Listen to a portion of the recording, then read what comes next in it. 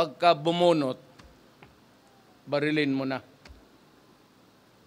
Kung bumunot ng panyo, magbili ka ng bagong panyo, ibigay mo doon sa kanya. Ganito kasi yan eh. I've been with government. If I complete my term as president, pagka pumayag ang Diyos, early on sa Davao, kanya si Bato. Alam mo, yung ever since the human rights came into being, wala mang problema yan. Bakit ka na magagalaw inosenteng tao? I mean,